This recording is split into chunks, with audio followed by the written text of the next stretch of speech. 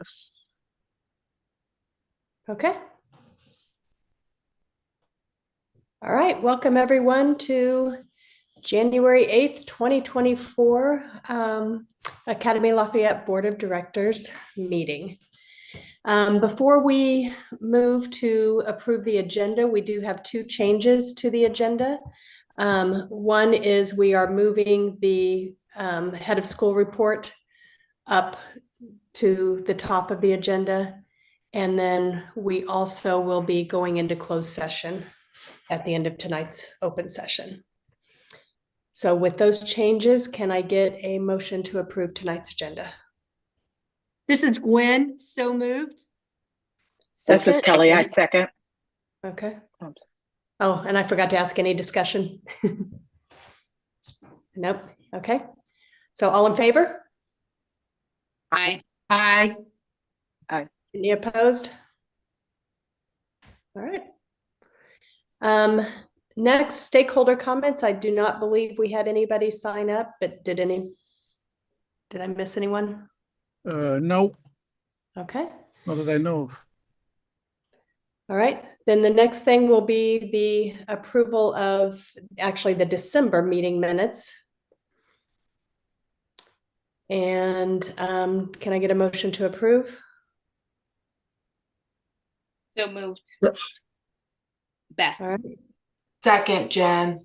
All right, any discussion? All in favor? Aye. Anyone opposed? Aye.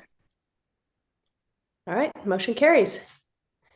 Let's go on down to the head of school report. Okay, I'm going to talk about the main issue that probably that our community is concerned about, student safety and well-being directly, and then tackle the rest, talent recognition, academic program, and the operation part. As you know, we had an issue about safety. Just to let you know that I was informed on Saturday about a threat made on TikTok from a student. So we follow the protocol. I immediately connected with Leslie Ufaidi, who is substituting for Dr. Paul, and Alex for the communication, because we have developed a few years ago a communication guidelines that specifically chart out what the different steps we take in case we have different situations. One of the situations, of course, is in terms of threats. Is number one, we need to inform the police directly and give them information. That's what we did. We inform DFS, and then we need to inform the parents right away, not waiting until Monday, but letting them know what's going on. Of course, we inform our staff too. But the next one also, we always do, is we ask the child to stay home, or whoever it is to stay home pending investigation, figure it out. So that's what we did. And on Saturday and Sunday, we have been all over communicating with the police, with legal counsel. That's what we do in general. So, and of course, making sure that what needs to be done is done, and getting reassurance from the police or advice from the police, and see what needs to be done. So we worked closely, as I said, talked to officers on Saturday and Sunday. So the rest of the information probably will be discussed in closed session. I cannot talk about this, but that's generally our protocol. Ask the child to stay home until we figure out what's going on and make a decision to move forward, but inform every parent. We've decided, as we did a few years ago, to inform all parents of Académie Lafayette and not only the building, because we realized that probably other buildings parents may have information about something. So that's what we did. And of course, talk to our teachers, reinforcing safety measures that we took. So what I want to talk also is what I've been doing for building safety. A year ago, we created our safety and well-being, student safety and building safety and staff well-being, teachers well-being, and we meet once a month to look at what concern we may have and how to address them. One of the things that we wanted to address, especially this year, is secured entrance, putting those films on the glasses to make sure that nobody can see from outside the school, but also reinforcing all the secured entrance. At this point, we're in the process of redoing armor building, and they're having a conversation whether or not we'll be using metal detector, because the way we are reconfiguring it will allow us, once the decision is made, if a decision is made, to have space to use metal detector and reconfigure it. But we have not made the decision yet. We're also making sure the doors are closed. But however, we need to understand that school safety is everybody's business, making sure the parents and the school and students are communicating together. The best way to avoid certain situation is to build a relationship of care with kids so that they're comfortable saying something when they see something or hear something. And making sure also kids who are taken care of with their challenges, working on bullying. That's what we did also. Every year we do a survey of kids about bullying. We did it a couple of months ago, look in the data and see how to address them. We also survey kids and talk to them, making sure that our social worker and counselors are on top of those situations. So that's what we have been doing so far. And I said, you said the safety committee meets once a month to assess the situation. When I say safety committee, is composed of nurses, social worker, building manager, principals, vice principals. That's who, and of course the director of operations. We meet and looking at everything. That's why we decided for safety also monitoring the buses and installing also a system for our doors to identify who's coming and who is not, who's going. So all those measures were approved last year by the board, and we bought the software, and we're also tracking our buses. Ultimately, what we want is whenever a child bought the bus, we know when they bought the bus and when they get off the bus. So, is there any question, suggestion, concern? I have two questions. The first, I think I just may not have understood you. Did you say secret entrances No, or security? secured entrance. Okay. Thank you. My apologies. I just want to be sure. Because what we did, it's like what we did at Oak, and we're trying to redesign. Make sure that there's an area of screening who is coming in the building before we let them get into the building. Right. Thank you for that. My second question is for the safety committee. Have you all considered getting someone, maybe from the police department or some other agency, to be a part of that to help you on a monthly basis talk through security issues? No, we have not. We work closely with the police when we have any concern, and we've also done training like active shooter. We did a training at the beginning of the school year. We do it every year to make sure that our staffs are trained. But I we guess have one of my suggestions would be, I know for work, we have some folks come in and they actually help us look at security measures. So that would just be my suggestion for you all. It doesn't have to be on the monthly basis, but I do think it may be helpful to have someone who has that level of expertise and who can assist AL in looking at the different buildings and identifying safety points, et cetera.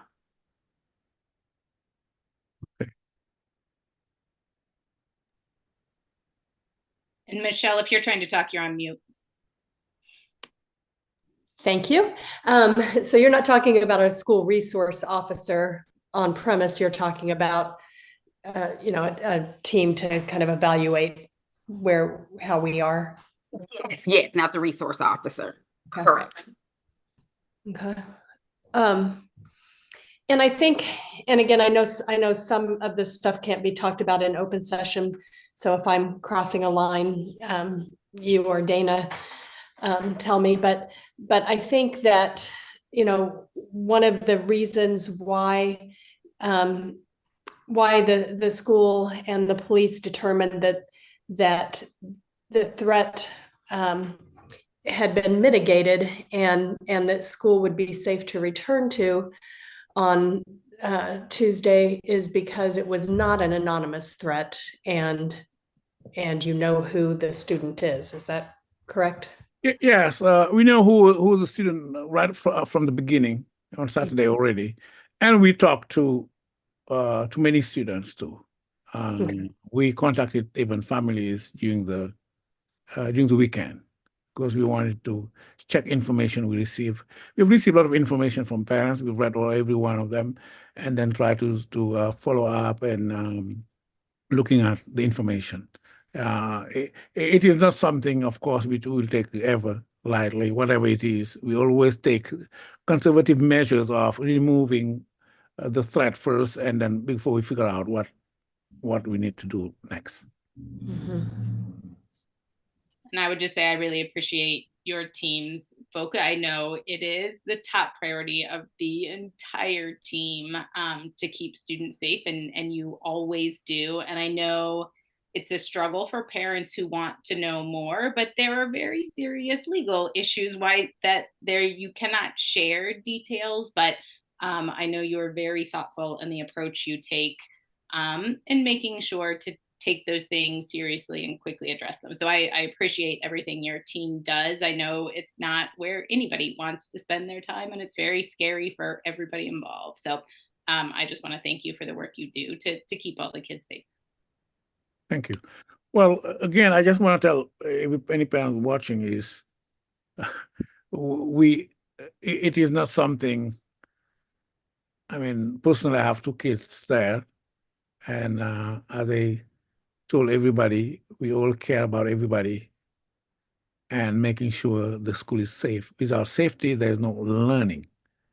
And again, today I talked to the 8th graders also, and make sure that the parents understand there are things we cannot go ahead and talk about. We follow the protocol. As I said, the student is asked to stay home. That's always what we do. We look at the situation, and whatever the consequences will be determined. And we always work very closely with the police and with our legal counsel and our board before we make any decision. It's not something we can wake up and do. We follow the process. And I know some parents were concerned about the communication. But again, we cannot tell parents this is what consequences we're doing, giving to this child or that child. And I understand all the concern and the emails. I totally understand.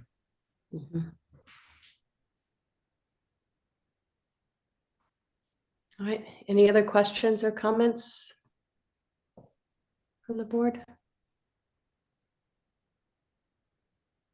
I'm curious in regards to what's being, I guess, done for the student body, like for the other students at the Armored campus. How are they feeling, and what's being done to reassure them? Because obviously there's information that you all can't share with the student body, but they clearly know what's going on. They're talking amongst themselves, and there's clearly some concern amongst them about their own safety. So how are we addressing the fact that these students who know who launched the threat and feel as though that person is not safe for them, and then they have real concerns about whether or not that student is coming back to the campus?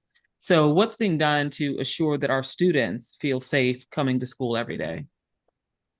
Well, we can't tell the kids if we are or not, we're removing this whoever it is from school. What I say school is because people always wants to know if whoever did it will never come back to school. So those are things that we don't. Well, what we did, our priority is talking to meeting with the teacher. We meet with the teacher and answer some questions, but also went to class by class, talk to primarily the 8th grade students, and discuss it with them. I don't know that you all want to go any further in open session about this. Yeah. I just want to put that out there. I think we're getting closer and closer to other information, but just want to wave the flag. So we'll discuss in closed session. All right. All right. Do you want to go ahead and go through the rest of the head of school report at this point? Okay. So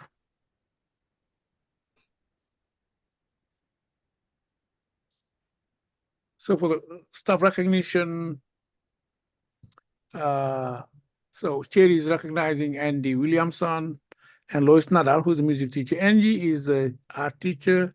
Thank you for your great work with student performances and school events, Generations Day, and our winter concert. Oak is recognizing Sheila Rowan, English language art teacher, and Sheikh Nya, music teacher. Kudos to Mrs. Rowan for the wonderful Greek play she does every year, and Mr. Nya for the great winter concert. Both performances were well appreciated by the students and parents. Well done. So for academic report, we've done training for teachers. When we came back from the break, we focus on reading, the science of reading, and also math instruction with our new program that we have, Eureka Math. It's for the K-5. So K-5 focus on French immersion, science of reading, and math instruction. And IB for middle and high school for the IB program, International Baccalaureate. So winter testing, this is starting this week for middle and high school. It's going to be the finals starting, and the common assessment for K-5. We do common assessment, our internal assessment that we do to see where the kids are, and WA. Just to let you know also that dyslexia testing screening is mandatory 3 times a year. We do it and foundational reading at the same time. So a lot of required testing or screening from the state. End of quarter is January 2nd, so that's why you have finals and for high schools and all the end of semester assessment. Every year we send a couple of teachers or few teachers, couple of teachers per building to the Missouri Powerful Learning Conference in January. It's going to be in January 29th, 30th at the Ozark. And we're planning to do it also. We will be attending also the Diverse Charter School Coalition Conference. Winter parties in December. Thank you for home parents, did a great job. Any question about this part?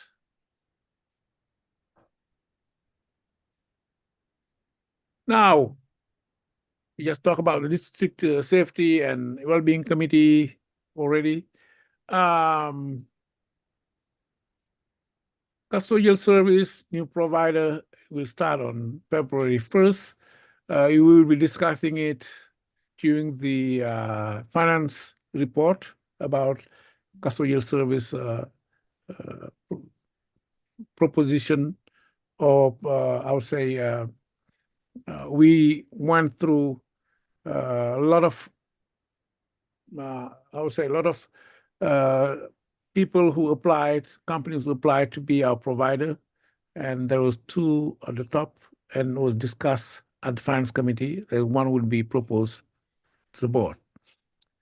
Transportation, we're operating 9 buses. As we told you, I think we told you already that we have taken over 2 buses for Oak.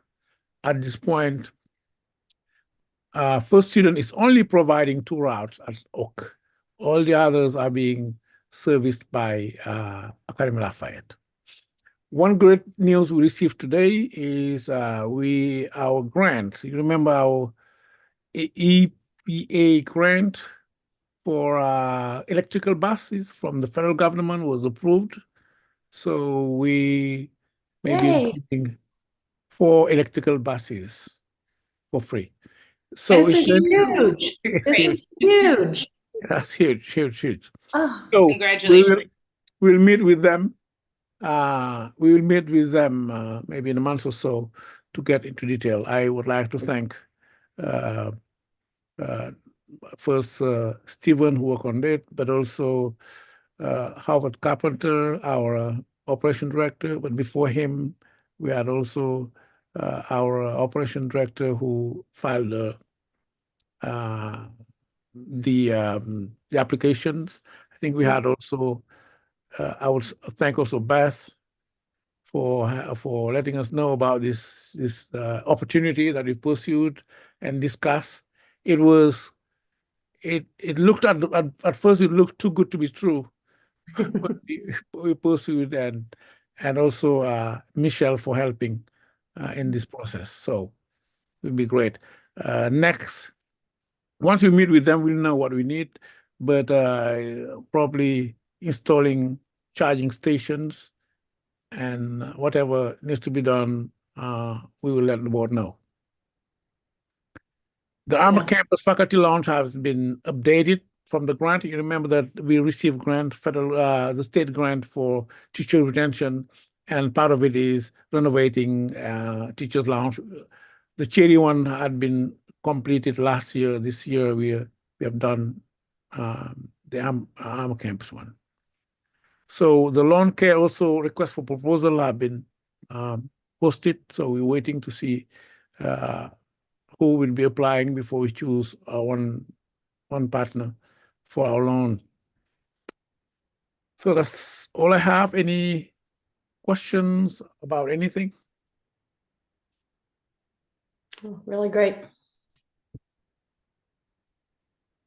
Thank you.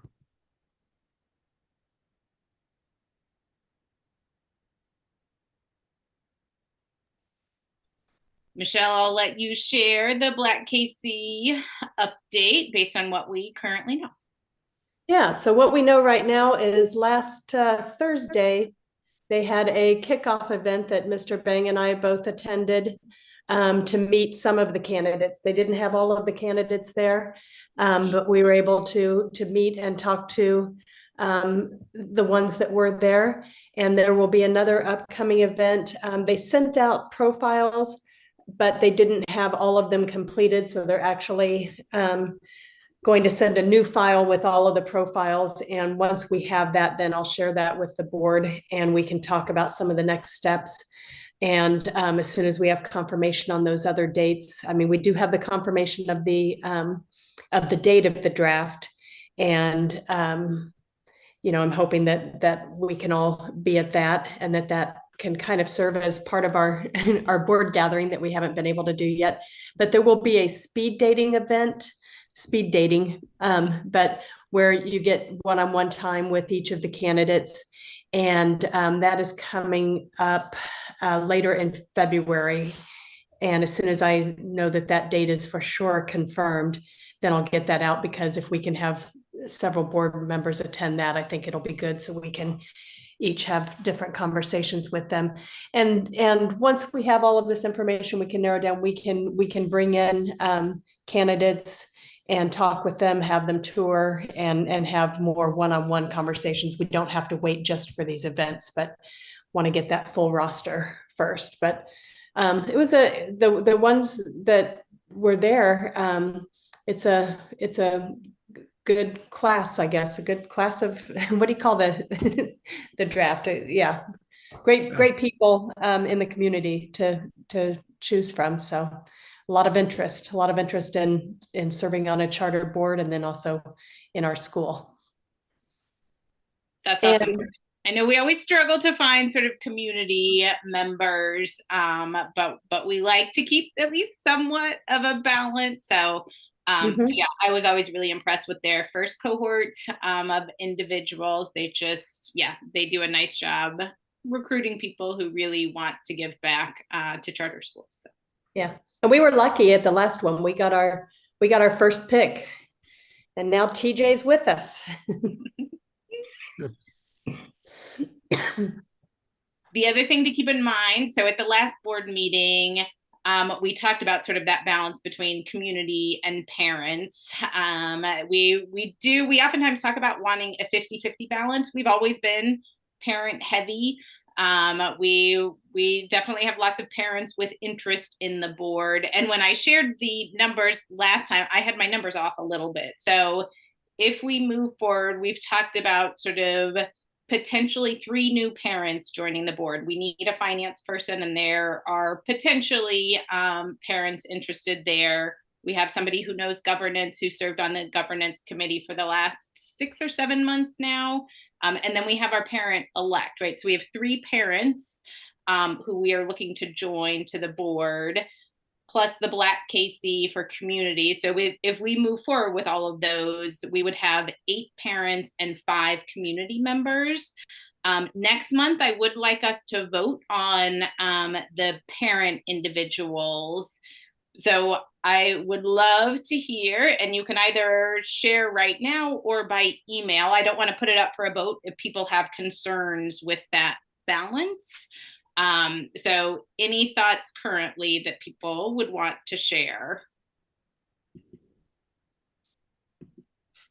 Beth, historically, has it been 50-50 or what has it been historically? We've always been parent heavy. And we have never had 13 members. So I think the most members we've ever had, we had 11 for a little bit, was the largest we've ever been. And maybe it was 6-5 or so. It's always been parent heavy. This would be the heaviest on parents that we have. And I think we absolutely need external perspective because parents sometimes emotionally attached is good and it can be a challenge. But I think we also know from the parents that we have on the board, we do have the ability to sort of take off our parent hat and really serve in the board role. So I think everybody we have right now does an amazing job of sort of doing those distinctive roles differently. So I don't personally have a concern, but it would be more parents than we've ever had in the past. I should say in the last 6 years, because prior to 6 years ago, we were 100% parents. We were all parents, and we knew that in order to be a better functioning board, we needed to sort of pursue a balance and not be 100% parents. Thank you. The growth seems very reasonable given the growth of our school, I would say. Right. Yes, there's a lot of work that needs to be done. So yeah, I do think now is the right timing to fully fill all 13 of our seats that we have. One concern I would have would be if we don't fill all the community seats, and then we're really top heavy with parents. So perhaps we could do the community seats first and then the parents, or figure out how to balance that. Because if we have 10 parents, it's not good. You know, it's difficult to do HR issues with that many parents. But anyway. Right. But we also, I mean, we made a move a few years ago to say the board really shouldn't be involved in HR issue, right? That is, we used to have an HR committee, and I think with legal advice, correct me if I'm wrong, Dana, it was clear we need to separate though, that board should not be involved in the HR piece. But I take your point. We don't want to go too far on the parent side. So it is a balance, I think, in this sort of. And we could say, right, we should never have more than X, but yeah, it gets. Oh, that's a thought. Yeah. Well, yeah. And as I've heard you all talk about before, parents really are the most committed. Sorry, all you extras like me, but you know, parents over time have proven that they've done a pretty darn good job. So overall, yeah, you know. To your point, the only thing that the board typically gets involved with a personnel matter would be if there is some kind of claim for discrimination or sexual inappropriate touching or something like that, Right. that would potentially come up to the board. But it's pretty tight area for that you all deal with. And you are right, Beth. It was my recommendation that, you know, your biggest HR matter is Mr. Mbang. It has to be something that's really beyond that would bring you all into the foreground. But I will say that best practices would not have a majority like that of parents on the board. Our best practices would be that you have parents on the board, but you have a balance of non-parents on the board because of perspective and some other issues that you know, it just protects you all from a lot of other things. Because parents talk and parents talk to each other. And there was a time period where that was a huge issue. Everything you did in closed session got out the door before you did. So just keep that in mind. Mhm. Thanks, That's David. helpful perspective. I appreciate that.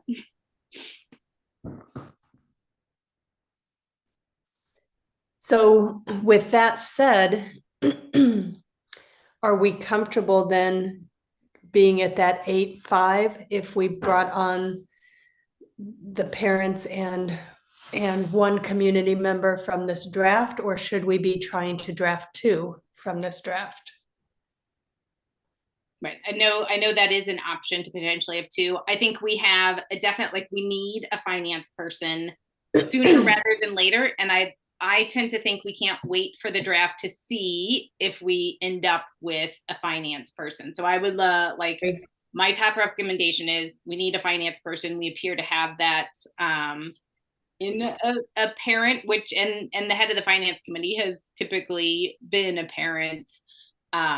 So Yes. I would love to make that recommendation. But I think, well, and then we have the parent elect, and I think that is, we've already communicated that out to our families, that we would add a new parent elect.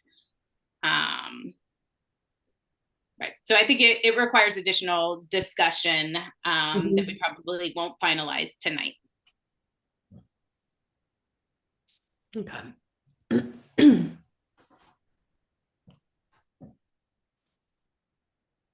But that's all for governance. All right, time for finance.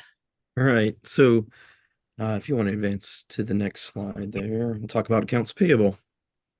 So there were 5 transactions that we highlighted in the finance report and that we talked about in the finance committee. Did anyone else have any questions over the accounts payable transactions as you looked through the finance packet?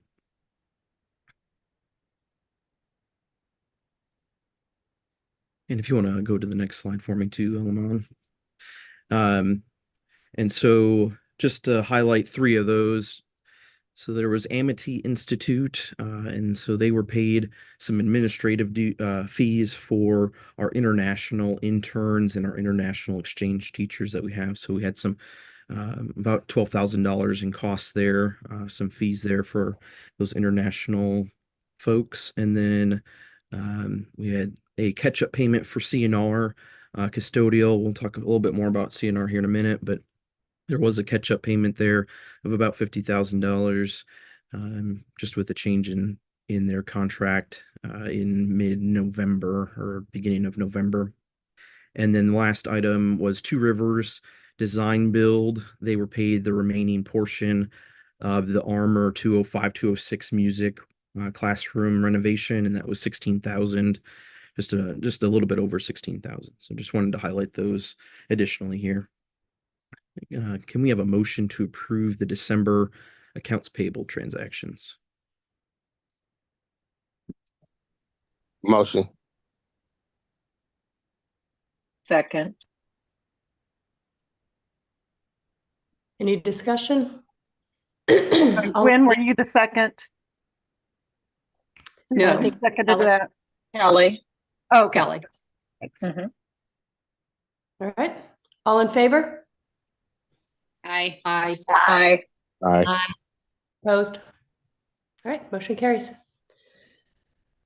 All right. Next, we'll talk about the finance report. Before I go into that, though, Beth wanted me to mention too that there was the finance video that went out about how AL is funded, how the school's funded, and we just wanted to ask if there was any questions over how the school's funded, anything about weighted ADA.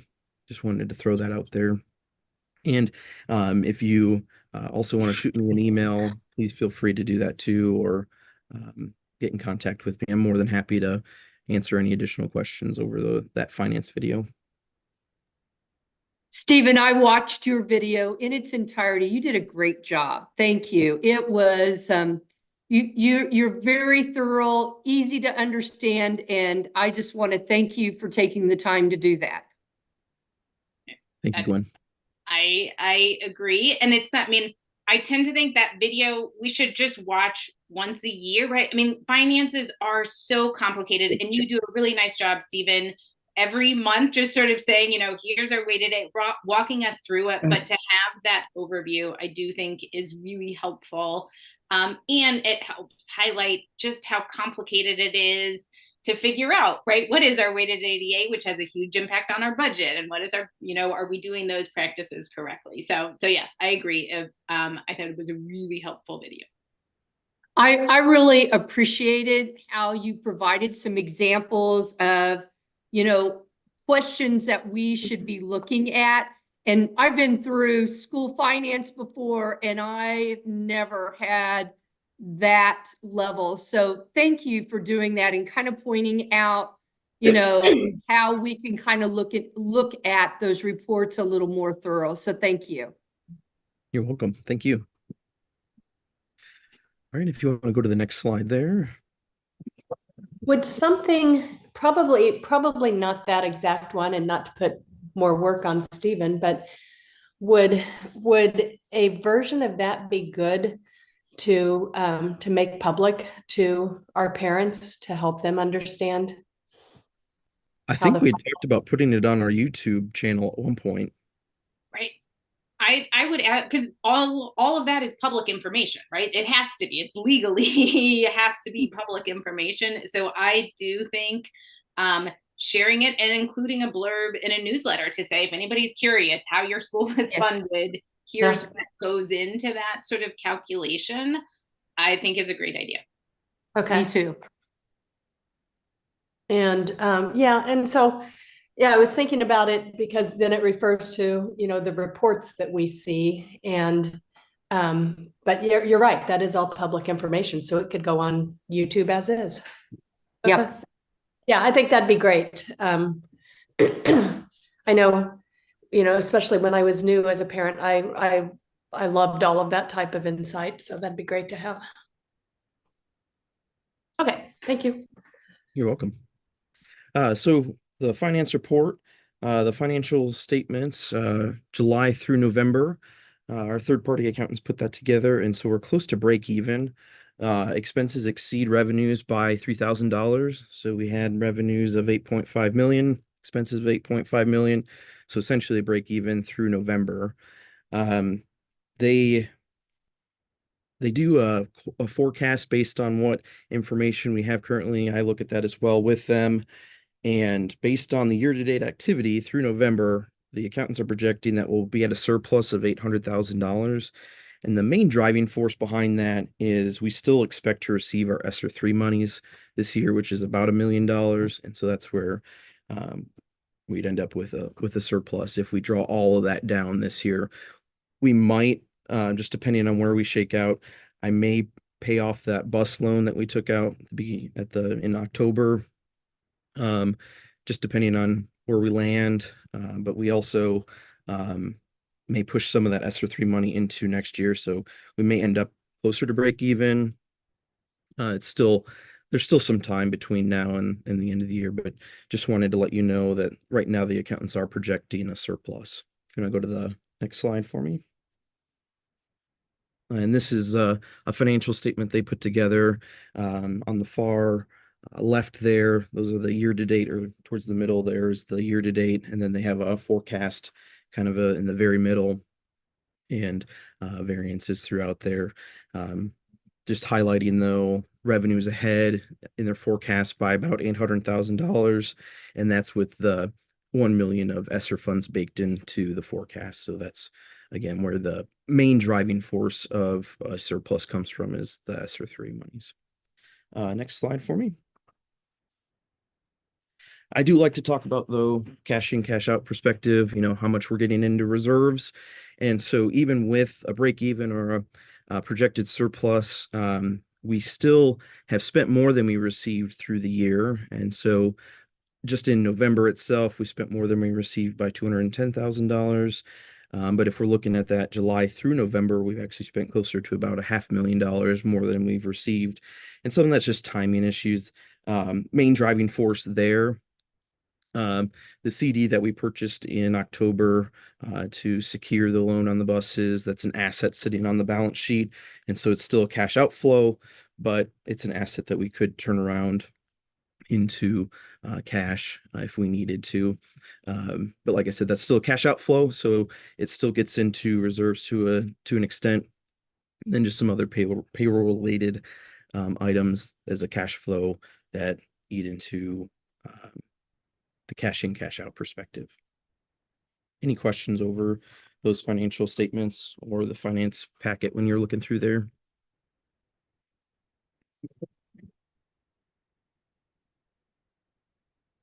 All right, next slide. Okay, so we want to talk about the cleaning service, and we're going to have to recommend a cleaning service. And as the number one point there points out, the current cleaning contractor, CNR Enterprises, they reached out to us middle of December, indicating that they were terminating their agreement with us as of the end of this month, January. And so Rick quickly assembled a staff committee over the winter break. So thank you, Rick, for doing that. Put this interview process together for some new companies, and that committee has identified two finalists, and that was Citywide Facility Solutions, not to be confused with Citywide Transportation, and then Stratus Building Solutions. Next slide. So Citywide, and I do want to say too, before I get into the weeds here, there was a summary in the prep folder. Just want to make sure that you know that that's there, and a lot of these bullet points are in that. But Citywide, so they have a footprint in Kansas City for over 20 years. They service several notable clients, and they have charter school or school experience. The cost annually for Citywide is about $420,000. However, there is a little bit of some savings that we're currently paying. That would be chemicals, so they would supply their own chemicals. We're currently paying about $17,000 in chemical supplies. So if you net that against the 420, it's really be around $403,000. And our current budget's $396. So really just a slight bump there on budget. But aside from those chemical supplies, it would be a 5% increase on the budget line. And like I just mentioned, we could have some chemical supply savings. The net could be close to about $400,000. So very close to what we currently budget for custodial. Next slide. Stratus, they have more of a franchise model. Citywide has, they hire in-house, or they hire people and they have in-house workers essentially. But this Stratus model, they're kind of like a franchise or a McDonald's, where potentially our 3 campuses could be serviced by 3 different franchisees, essentially, which could lead to different levels of service varying by campus. They have some charter school experience, but limited. It's limited compared to citywide. There's a cost savings though. The cost is $27,500, or annually it's $330,000. Current year budget's $396, so there could be an annual savings of $60,000. But also they provide their own chemicals, so there could be an additional savings there of about $17,000. So you're looking at about, an $80,000, $77,000 savings there potentially. Go ahead and go to the next slide for me.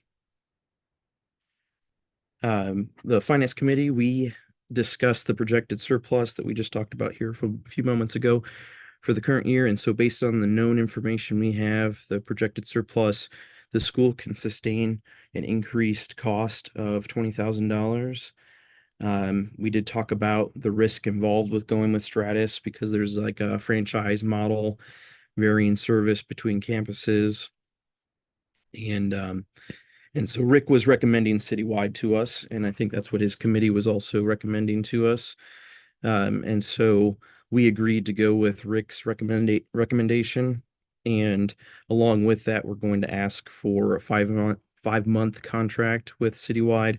And hopefully we can also bake in an option to extend for 12 months with that same rate is what we're hoping to do. Rick, did you want to add anything to citywide or Stratus, any of the comments or any of those slides that we went over? Sure, Stephen. One thing I might share, looking at our new contract that we absorbed with CNR, the monthly rate was almost around $43,000. So if you take into consideration, if we were going to continue that, I think we would definitely have a better savings if we were to go with either company that we currently have with citywide or Stratus. And also I might add too, currently we pay that $43,000 or whatever our current rate is now for a 1-month sum with Stratus or citywide. Since if you look in the sense that we're off for 2.5 weeks over the holiday break, and we have a week off for a spring break, and then we typically have about 6 weeks where we don't have students in our buildings in July and a couple of weeks in August. We have the ability with either company not to be contracted with them in the sense that we don't have to pay those weeks that we don't currently have cleaning. So that'll be another savings that we will adhere to our budget. So I'm kind of looking forward to that as well. Thank you, Rick. Yep. Did anyone have any questions over the cleaning service? Yes, I have a question.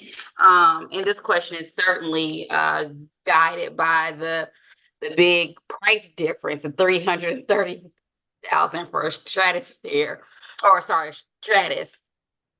Did we ask them if a single franchise can service all 3 buildings, or did we go with the assumption that we may have different franchises? That question was asked, and speaking to their director, they were already having the idea to have 3 different franchises come in and do each individual building. Okay. And are the models, is there not a some sort of model that all franchises have to use? Well, That would have given us some.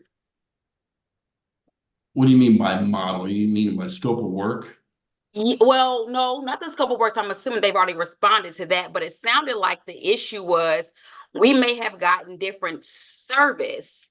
I may have misunderstood Stephen when he mentioned, but the concern was if you have different franchises, may have different levels of service at the different buildings.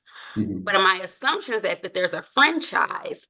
Is there not a service level that each franchise must meet? Yes, there is. There is a service level. So each company, when we put this out and we ask those questions, we were going to be provided a porter for each building from 7 to 3:30, and then also they were going to control the building in the evening with their custodial staff. And the scope of work was the same. One of the things that brought some red flags for us in the sense is that, you know, Citywide was going to use their in-house. And therefore, some of the larger companies and schools that they're already operating in, we felt very comfortable with, and also the reputation. But not only that, one thing that we wanted to assure, and it was really assured with us with Citywide, was that if we had a substitute, were they going to be able to fulfill that with our daytime porter? Because we know that that daytime porter, with the needs that our teachers and our staff has, that we want to make sure that we're able to sustain that and have that substitute there. And we felt with the reputation and some of the questions, and also with some of the research that we called some of the different companies, they were able to provide that, because we wanted to make sure we had that consistency, and we wanted to make sure that that daytime porter was able to be filled each and every day. So Dana, isn't dealing with this kind of contract a closed session issue? No, it's open. Okay. So, well, let me ask you this. Those are the two that you all are presenting to the board, correct? Two contracts? Yes, two Yes. contractors, two different contractors. No, because you all have received bids, correct? We received bids, correct? Okay, yeah, you can do this in open session because the bids are not going to change. You're going to pick who you pick based on what they provided, as opposed to like a real estate negotiation where you all are setting a budget and you don't want it to impact your ability to negotiate, but this is fine.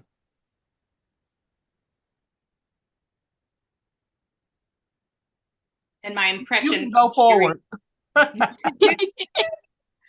my impression from hearing this discussion is you feel more confident in the quality of service that we get, that one company, the cheaper company, hasn't really done school, so we don't know what their ability to fulfill these responsibilities is, versus another company who is more expensive but has much more experience and follow through providing strong service. Is that accurate?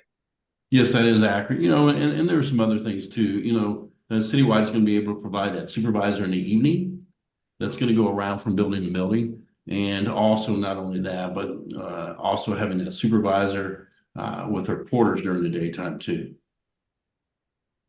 So we just felt like there was a little bit more quality, and we had a rubric and questions, and that's kind of what we came out as a majority on our committee. Was there discussion about, and maybe it's not to this level yet, but I know one of the worries with the previous cleaning was the amount of bleach that they use, and bleach really isn't recommended in school settings. And I think even at board meetings, we could all tell it was a strong smell of bleach. Like, is there discussion of what chemicals a future cleaning service will use? Yes, you have to have what they call a material safety data sheet, MSDA sheets. And that you have to have that. That's a state law requirement. Health inspector comes in, or if you have an accident, let's say that something spills on a student or an employee, we got to be able to have those material safety data sheets. So that's why we don't allow teachers or anyone just to bring any old chemical in. And you're exactly right. Bleach is not a cleaning agent that you want in your school. So therefore, Citywide has those material safety data sheets. They provide those booklets for each and every campus, and they shared that with us as well.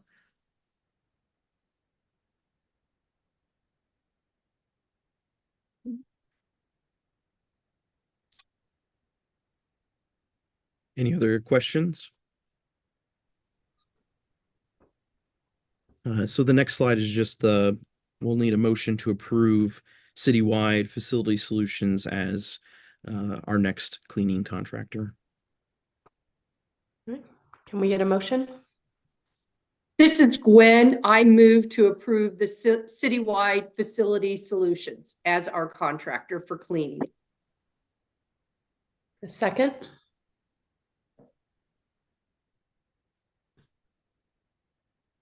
This is Anyone? Kelly, a second. Thank you. Any additional questions or discussion? All right, all in favor? Aye. Aye. Aye. Any opposed? This is Lauren. I'm sorry? Aye. I oppose. Lauren.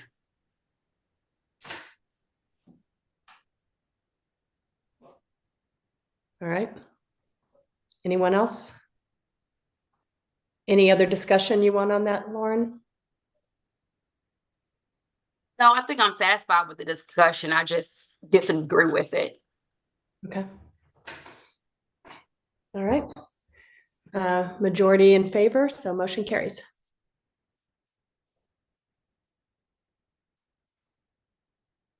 Development Committee. Is Allison on? Hey, yeah, I'm here. Hello. Hello, hi all. All right, I'll just jump right in if we want to move to the next slide.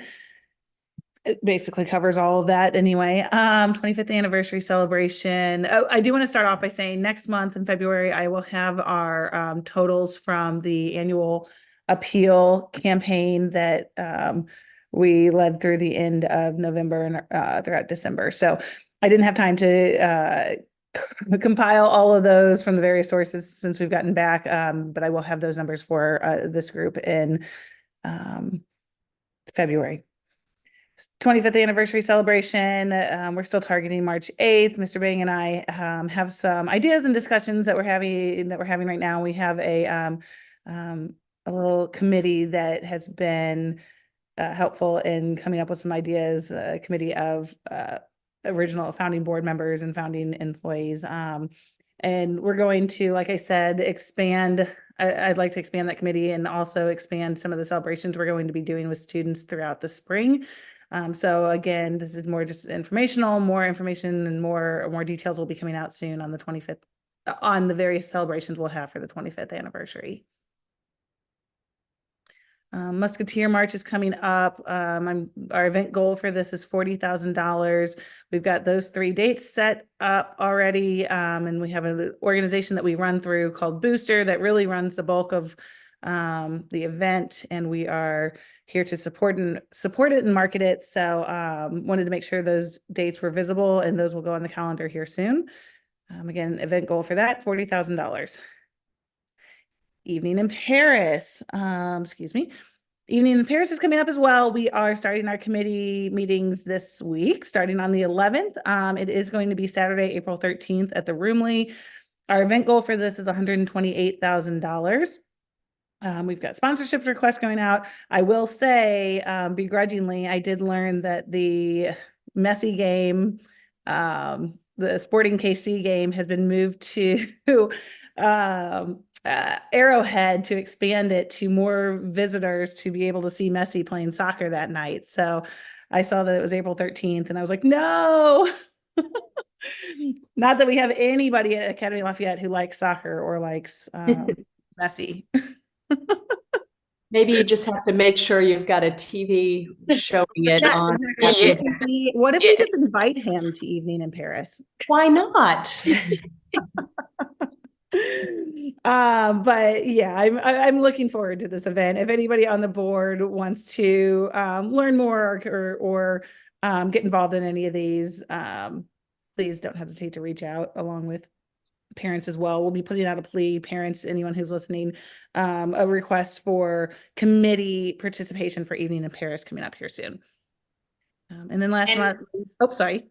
Oh, for Evening in Paris, will we sell tables? I think for a long time we haven't sold tables to funders, but we found that to be a very good way to raise some funds. Yes, that's a great question, Beth. I should have included that in here. Ticket sales are going to go up February 1st. I believe that's a Thursday. There will be sponsorship opportunities. There will be table sales, VIP packages where you can, sit at a table, and then there'll be general admission where it will be more cocktail table and mingling in that way. So yes, table purchases are going to be part of this year's event. Yep.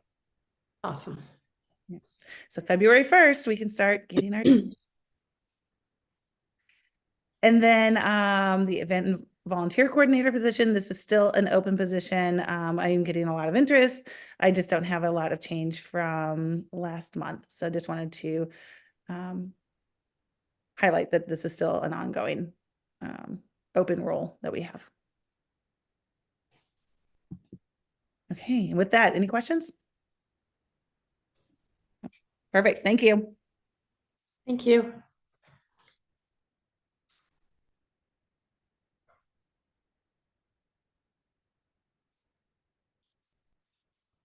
All right, Performance Committee. I think you was muted, Mr. Mbang. I'm muted, sorry, thank you. The performance committee met last week to review the data, the 2023 MAP data and the 2023 API scores. API is the annual performance score, performance report. Both of them were released by DESI in mid-December, so we were not able to review it.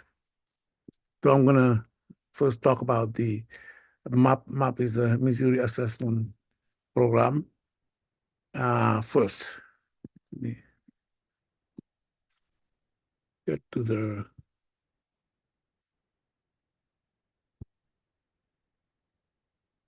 this one. Can you see it? The thing,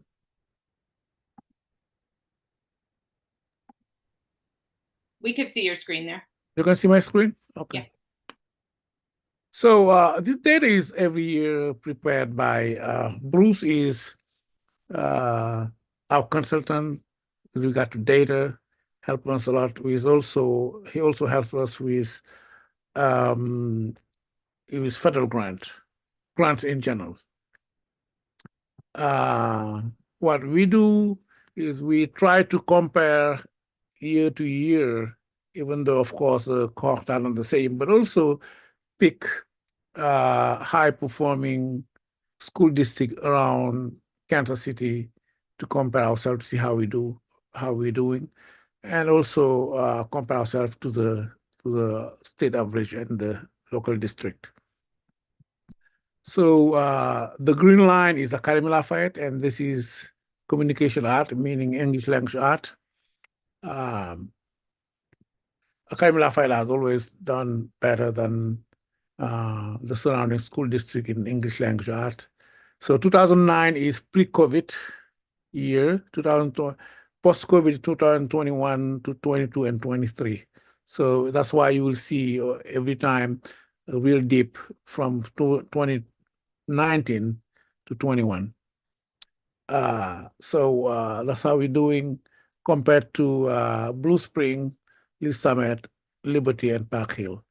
Those are the highest performing school district around Kansas City in Missouri. So mathematics, as you can see, as I told you, the green line is Académie Lafayette. If you see 2019, we were the highest performing, and COVID has created, during that COVID year, we had a deepest drop on anybody. We're still recovering, but as you see, we're getting back to where we want to be. So our goal is to get to past our performance pre-COVID. So we're getting back to be outperforming other districts except for Blue Spring at this point.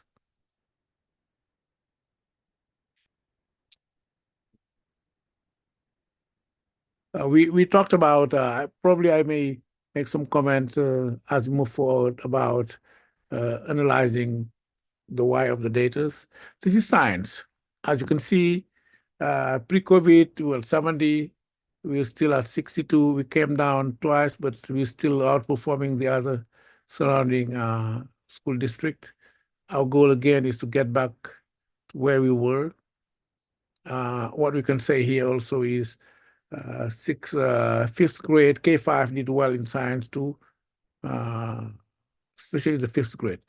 Just to let you know that science is only tested in fifth grade, eighth grade, and biology, 10th grade or 11th. So especially 10th grade, biology. So those are three grades where science is tested.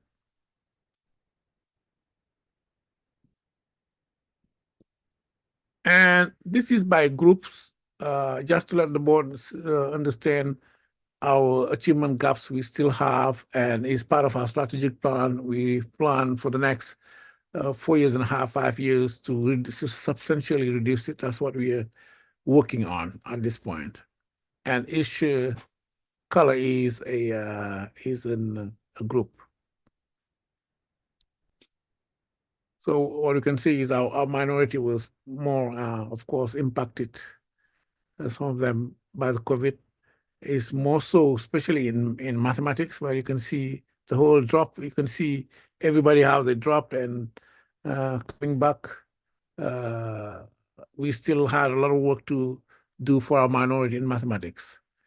Math, COVID, one of the challenge we had during COVID for mathematics was teaching math or teaching anything with the students' computer camera off, to respect the home privacy. That was the issue at the time. I remember we had a whole discussion, should we require every child to turn on their camera while they're at home or not?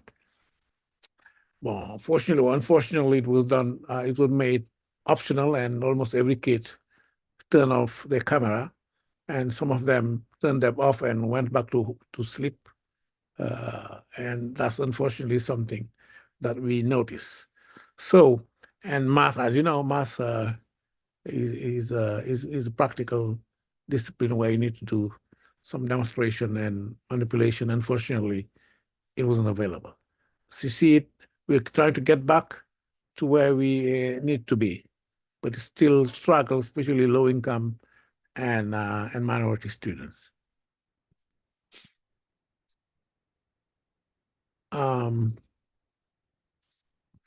Science is less affected by some, but we, in general, every group is going back to where they used to be. But I think that you can see the green one is the Hispanic one. For science is still not where they need to be, and also for IEP and students with disability.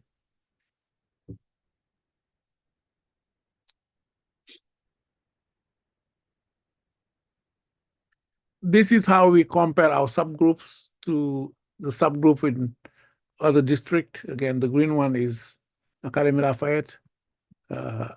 Our free and reduced compared to other district. They went down, of course, communication art.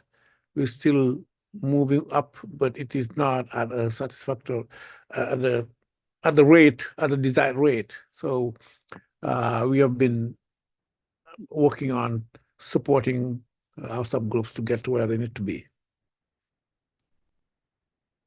And if you have a question, you can ask a question as I move forward. Mathematics also, free and reduced, you can see the green Académie Lafayette, how it went from 45 down to almost the bottom and getting back where we, to the right direction. Again, it will take maybe a couple of years to get back to where we want it to be.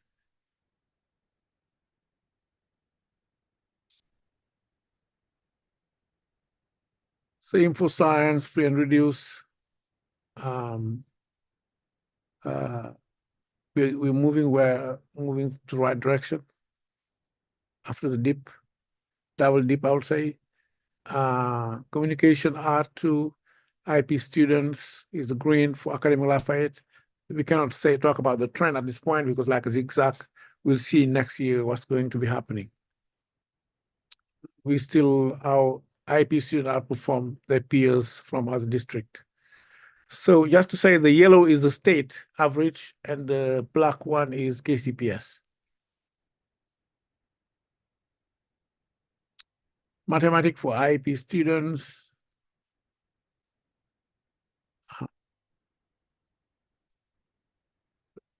Also, our students outperform their peers. And science, you can see the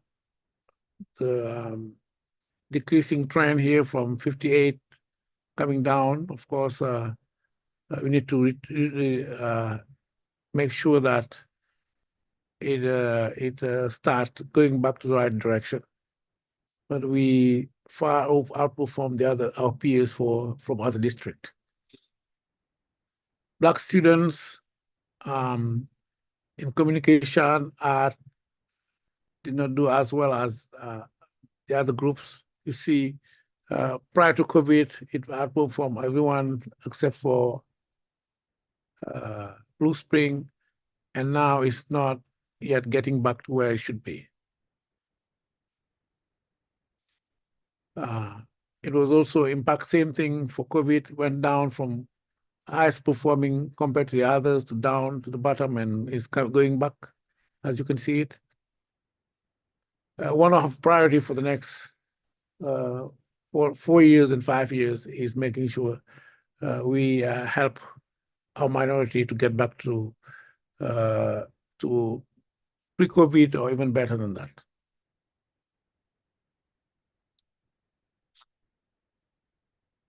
Science, our Black kids went down, of course, but they have 2 years of growth. It's not sufficient. Should be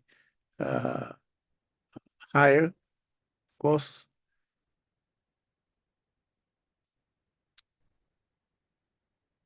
Communication art is for our Hispanic kids. Here,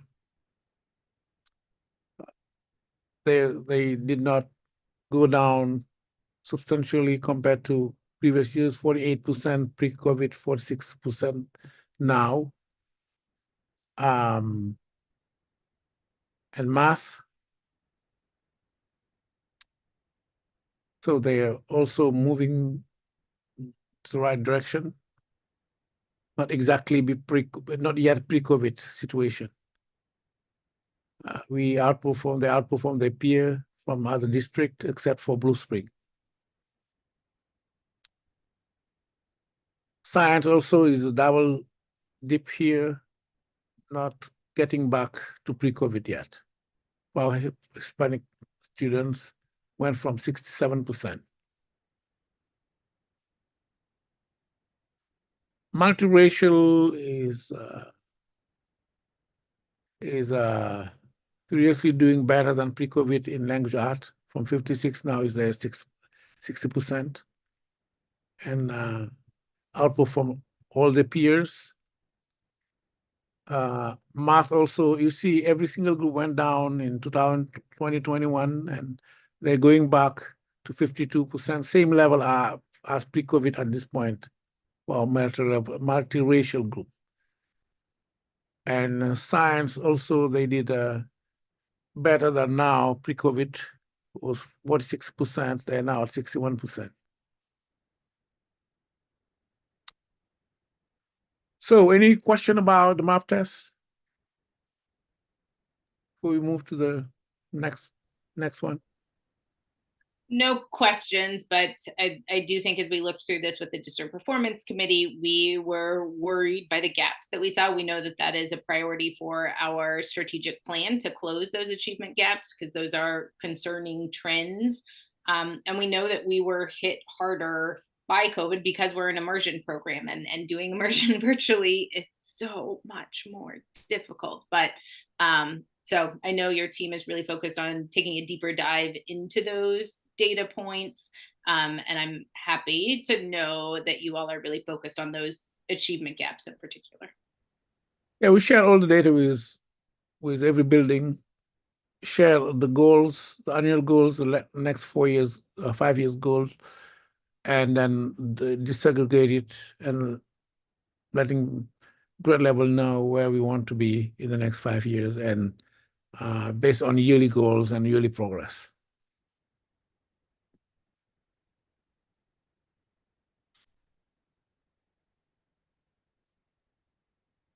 Any other question before we start the APR, Annual Performance Report? If you have any question, you can come back to and ask me too about the map test. Okay.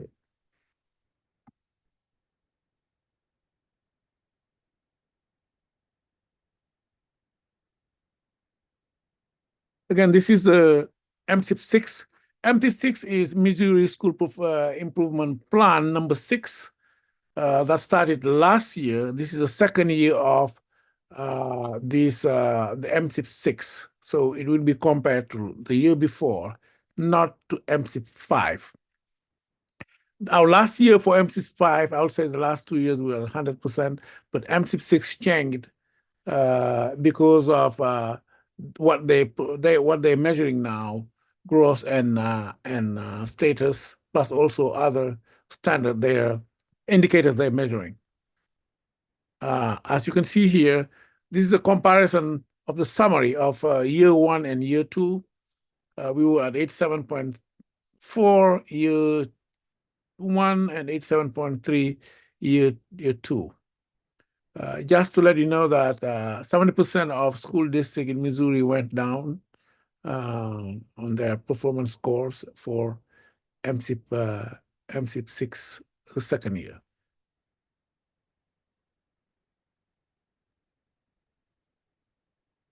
This is the comparison of how we did compared to the 552 school district in Missouri. We are the top 10% of the school district in Missouri. Our goal in the next 5 years to get to the next level between 90 to 100% performance. It will require, of course, working, as we just said, making sure that our subgroups are being better served and pushing them to the right direction for their performance in different subjects. That's where we will put our priority.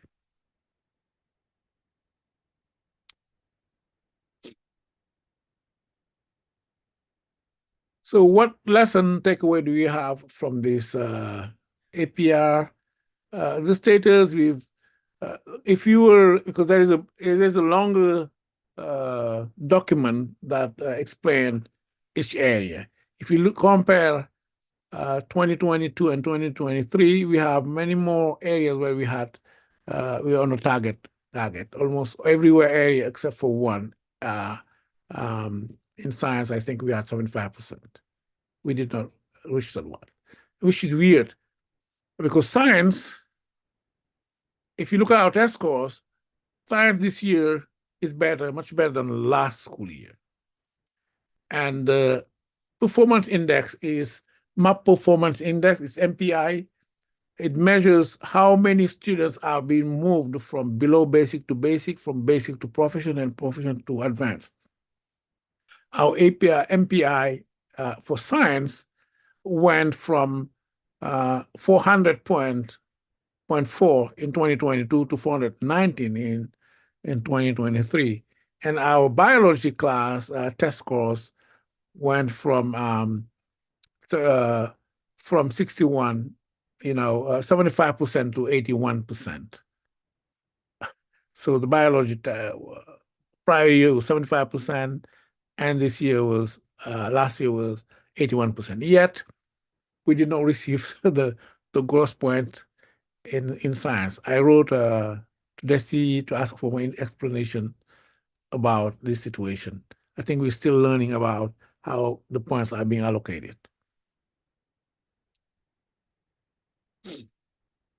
Continuous improvement.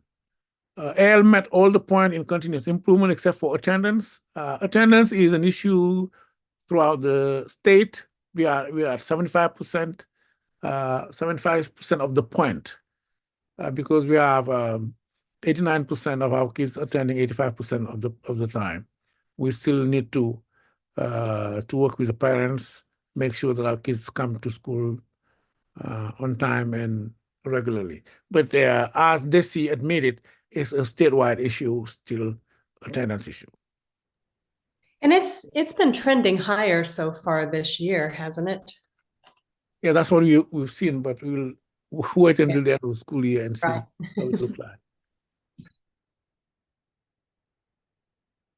Participation to the test, almost every AL student participate 95.1 and between 95.1 and 100%. So there's another one part is ELA compliant with state and federal law? You see a no there. What it means is every year we as administration and the sponsor, we fill in what is called the assurance checklist. It's a whole bunch of questions that you answer yes or no, yes or no. But last year, we answered no to one question because we were kind of too honest, even though we have started doing it. It is about a research-based reading program, whether we were using it K5. We say no because for our only two of our English teachers are doing the letters. And of course, even though we're using in French what is called for the alphabet, that meets the requirement. But they say, okay, we will change it next year, but not this year. It's going to be a no. So any question? And this is it's a state law saying that the charter school has established a reading program in kindergarten through grade 5 based on scientific research. I just told you that we are training our teachers on the science of reading. It's already started and we'll continue to do that. Any question, concern, suggestions?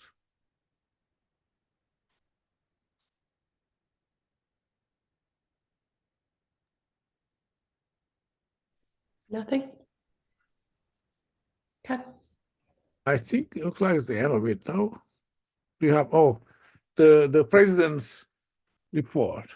So you're the only one left now, I think. And then after we need to go to closed session. Right. Yeah. And the only thing in President's report was just about the draft. Okay. And on that actual date. So we'll follow up with that in email.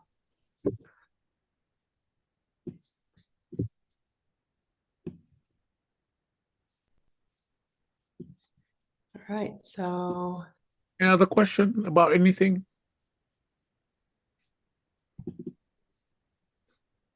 All right, then I believe what we need to do now is do a motion to go into closed session. And then Dana, I believe we need to do a roll call vote to go into closed session. Is that correct? Also, the reason we're going into closed session? Right. But I'm just trying to make sure we need to do a roll call vote. Yes, you need to do a roll call vote and you can make the motion and someone second it. Okay. So, and for Marcia keeping minutes, you may want to go back and listen to this to get I it. can email her that language. Okay, perfect. That would be fabulous, Dana. Thank you. Okay. So I am looking for a motion to go into closed session to discuss a specific student issue pursuant to the revised statutes of Missouri 610.021 and its subsections, specifically 1, legal actions, causes of action or litigation involving a public governmental body and any confidential or privileged communications between a public governmental body or its representatives and its attorneys. Subsection 6, scholastic probation, expulsion, or graduation of identifiable individuals, including records of individual test or examination scores.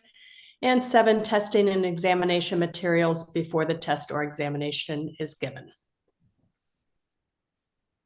Can I get a second, or can I get a motion? Motion to go into closed session, Jen. And a second? Second, Beth. All right, we'll approve in, I'm going to try in order based on what I see on my screen. So all in favor, Beth? Yes. Jen? Yes. Let's see who comes up next. Pam? Yes.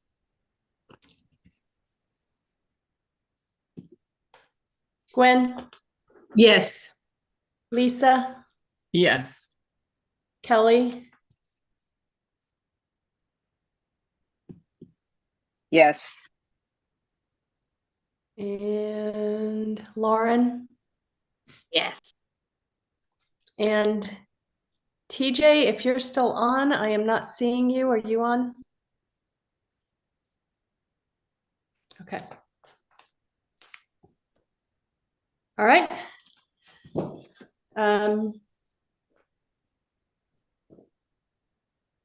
Okay, motion, any opposed?